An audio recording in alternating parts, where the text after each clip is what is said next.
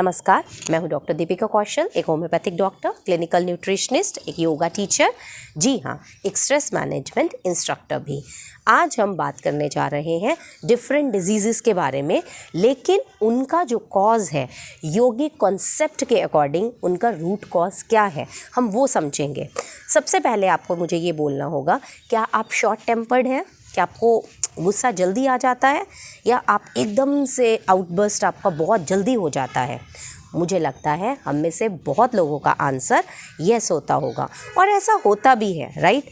आज हम देखेंगे कि ये जो गुस्सा है, इसका और हमारी बीमारियों का रिलेशन कैसे होता है।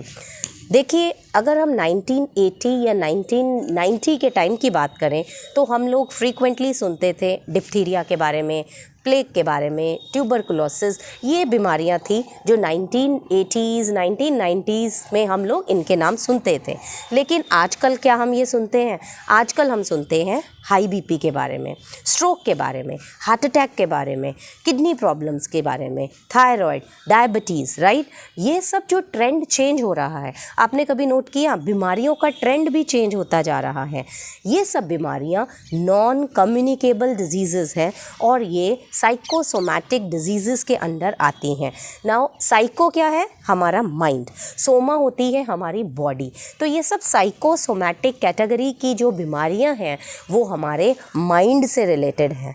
अब जब भी हम गुस्सा हो जाते हैं, जब हम गुस्सा होते हैं तो क्या होता है आपको पता है? हमारी बॉडी के अंदर, हमारी सब नाड़ियों के अंदर हमारी प्राणवायु होती है, आप इसको ऑक्सीजन भी बोल सकते हैं।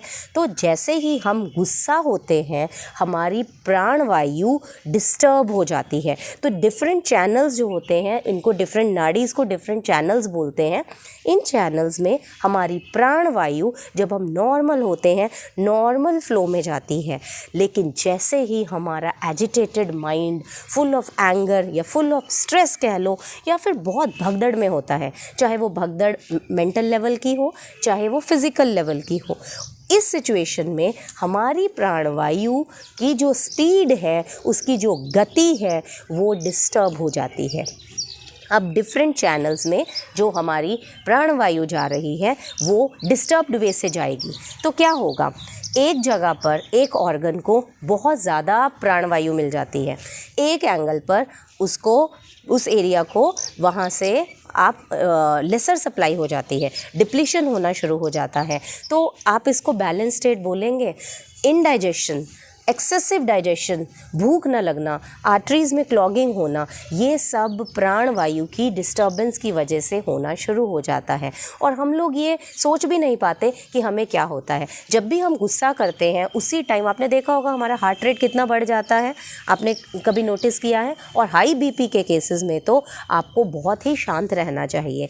और इसको अगर हम अपने पुराने टेक्स्ट के साथ कंपेयर करें तो इसका क्लियर जो एक्सप्लेनेशन है वो योग वशिष्ठ में आता है, जिसको महारामायण बोला जाता है। भगवान श्री राम ने जब महर्षि वशिष्ठ से पूछा कि संसार में दुखों का कारण क्या है, तो उस टाइम महर्षि वशिष्ठ ने आंसर में बोला था कि आदि और व्याधि ही सब दुखों का कारण है।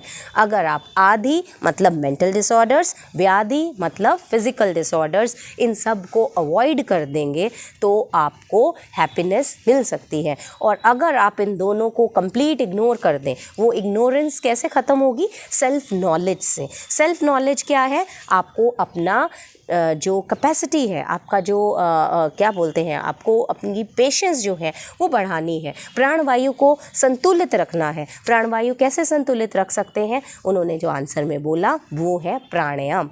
प्राणायाम जब हम करते हैं उसका मतलब ये नहीं है कि आपका कंप्लीट कंट्रोल हो जाएगा ब्रीदिंग पर।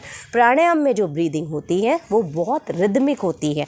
वो रिदमिक ब्रीदिंग आपका प्रॉपर फ्लो ऑफ प्राणा देती है इन योर नाड़ीज़।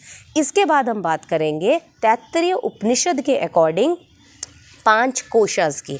तो जो हमारी बॉडी है उसको 5 डिफरेंट लेयर्स में डिवाइड किया गया है अकॉर्डिंग टू तैत्तरीय उपनिषद। उसमें जो फर्स्ट आउटर मोस्ट लेयर है उसको बोलते हैं अन्नमय कोश। अन्न मतलब फूड। सो अन्नमय कोश जो होता है that is governed by the food which we take, और इसमें फिजिकल एक्सरसाइजेज भी आ जाती हैं। तो अन्नमय कोश की अच्छी कंडीशन के लिए हमें अच्छा खाना खाना चाहिए, हमारा डाइजेशन अच्छा होना चाहिए और हमें फिजिकल एक्टिविटीज़ में इन्वॉल्व होना चाहिए।